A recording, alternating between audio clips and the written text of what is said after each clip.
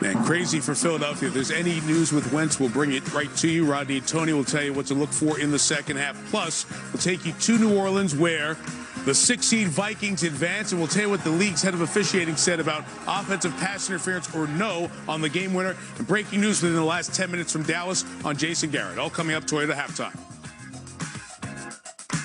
Want more stats? Hey Siri, who has the most passing touchdowns in football?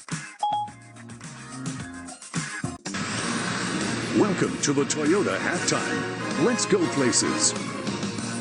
Injured the first two playoff opportunities. Now he gets his chance in the playoffs, and Carson Wentz on that hit from Jadeveon Clowney gets injured. He's out. The offense limited to 87 yards. Seattle 229 yards. The last 5 from beast mode, the only touchdown of the half. 10-3 Seattle in the final wildcard game of this wild weekend. Welcome to the Toyota halftime. Mike Tirico, Rodney Harrison, Tony Dungy. So what do you see with the Philly offense with McCown in at quarterback? Believe it or not, they're going to be okay. Josh McCown can play this game. Doug Peterson knows how to work backup quarterbacks and run the ball in the second half. They can make yardage. I think Eagles defensively, they have to make a few plays. When you're playing playoff football, you have to look to your veteran players to make plays. Fletcher Cox, he had an outstanding first half. I'm looking for Malcolm Jenkins or one of those other veteran players to play well. Something big to disrupt the game. The winner goes to Green Bay. We know Minnesota's going to join us in Santa Clara to take on the 49ers next weekend on NBC. Let's take you to overtime in the Dome 2020. Kirk Cousins, the big play.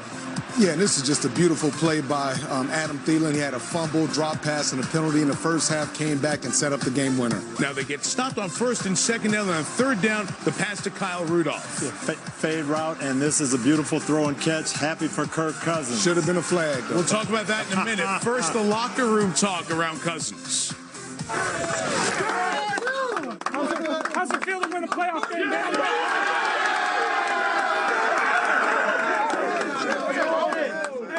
Hey, that's how we've won all year. Team, right? Yes, hey, you held them to 20 points, man. Yes, you gave us a chance at the end. But I got 3 words for you. You like that? Well, he finally gets that big signature win. So it's Minnesota, San Francisco next week. And think about it, New Orleans has been knocked out on a walk-off 3 consecutive postseasons in an 18-hour stretch.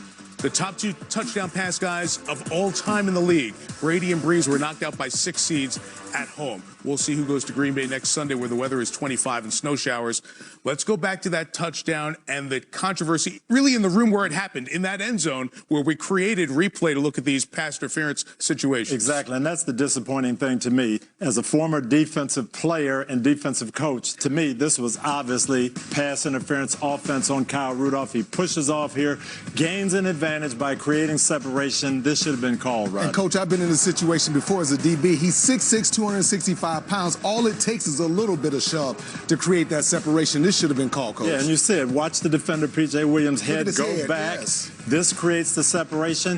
Official looking at it, he missed it. But this is why we put the rule in. Supposedly, they told us these big plays in the playoffs, they'd be reviewed and overturned, and it wasn't. Al River, the vice president of officiating, said the contact by both players, none of it rose to the level of foul. They were comfortable with the time they had to look at it before determining it, even though it was the end of the game. Mike, you got to make that call, man. End of an era in Dallas. Here's Mike Florio. Mike? Yeah, Jason Garrett out as head coach after nearly a decade on the job. I've confirmed multiple reports that indeed Garrett has been fired. They've already interviewed Marvin Lewis, the former Bengals head coach, and Mike McCarthy, the former Packers head coach. So they've begun the process of looking before they officially emptied out Garrett's office. But now it's done. The Cowboys move on with their search. Announced here in the window where they would have been playing as the NFC East champ, likely. If Philly is playing instead and down 7. Second half ahead, but first Toyota reminds us that any drive can be a thrill ride when fun runs in the family.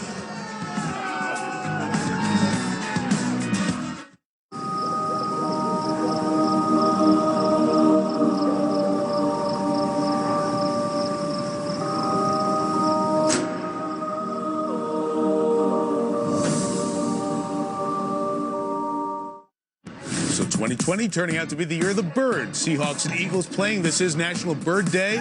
And the Twitter handle for Peacock, NBC Universal's new streaming service, launched just before the game. You can follow at Peacock TV on Twitter to see what we've got coming up in the streaming space.